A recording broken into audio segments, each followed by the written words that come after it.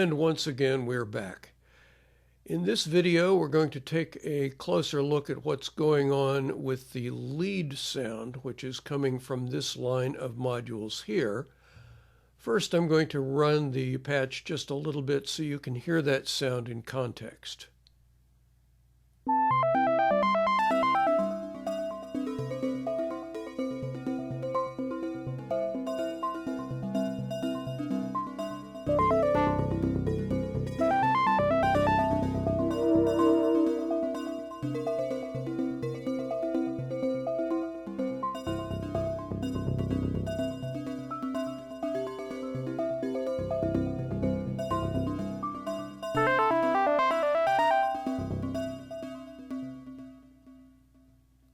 Okay, that's enough of that. I think what I'll do is I will solo that sound down here. Let's see, it has to be in the second line so that when we turn it on again, we will only hear that sound. Now we're going to zoom in a little bit and take a look at how the modules are hooked up.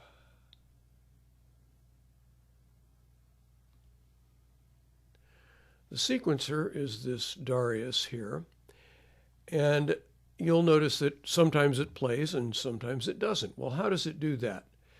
It's receiving its clock. The clock input is up here, and it's coming from this AND gate, the AG standing for AND gate. And the AND gate, part of it is coming from the Bernoulli gate over here. Now you'll notice what's happening here. This is one of my favorite modules here. This is the Aikin's gate length module, and it is changing the length of its gates because it's got an LFO hooked up over here. And in fact, we could scale that back a little if we wanted to, so that sometimes the length of the gate coming from here is actually 0, and sometimes it's several seconds. And this is going through here and into here, and when it comes out, it may be short or long. If this value is low, then this will play a short phrase. If this value over here is high, then the Darius will play a long phrase. So that's how that's going. And the clocks themselves are coming from one of the master clock modules, which is back over here, and that's coming from a ×4 output, which so it produces 16th notes. That's not too complicated. The output of Darius comes from here. The CV output goes into a quantizer, and I've set the quantizer to the scale that I want, and it's the same scale that we're hearing from the other instruments as well. And its output is folded back using this utility so that I've randomized this module. I started by right-clicking and saying, using the randomize command there. So that would produce very wide swings in pitch. So we fold the pitch back using the octave folder in this NISTHI module. We also take the gate output from here, and this is just a fixed gate length. It's 1/10 of a second, which is useful because this will be on pretty much continually, I think, all the time this is running. The output of the gate goes to the gate input. This is the oscillator we're actually listening to, this FM operator here. And it is receiving gates, and its envelope is active, and so this is its ADSR envelope generator. It's also receiving an FM input and an FM depth input from over here.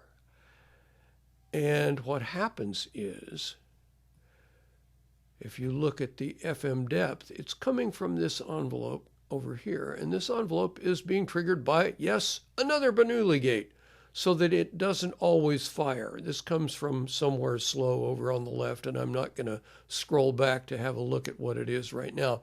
The point is that sometimes this oscillator will receive some FM input from this one, which is an octave lower. This FM operator, its envelope is not active. It's continuously playing, but you don't continuously hear it. It receives its pitch from this stack module here, which is also coming from the same place. So whenever this envelope opens up, you're going to hear a lower oboe-like sound rather than a higher, vaguely, possibly sort of maybe flute-type sound. So let's listen to that a little bit. We may or may not hear it immediately.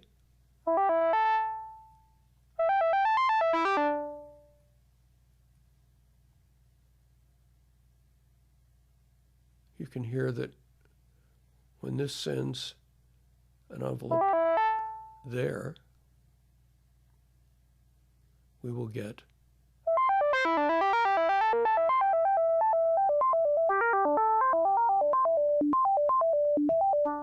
okay. That was a good sequence. The other thing that I didn't mention, this sequencer has a reset input, and I'm taking the reset. This is another Bernoulli gate, and 50% of the time the sequencer will start over with step 1 because it has received a reset at the same time that it started playing, and the other 50% of the time it will just continue from wherever it was before. This is one of the sneaky things that you can do with Logic.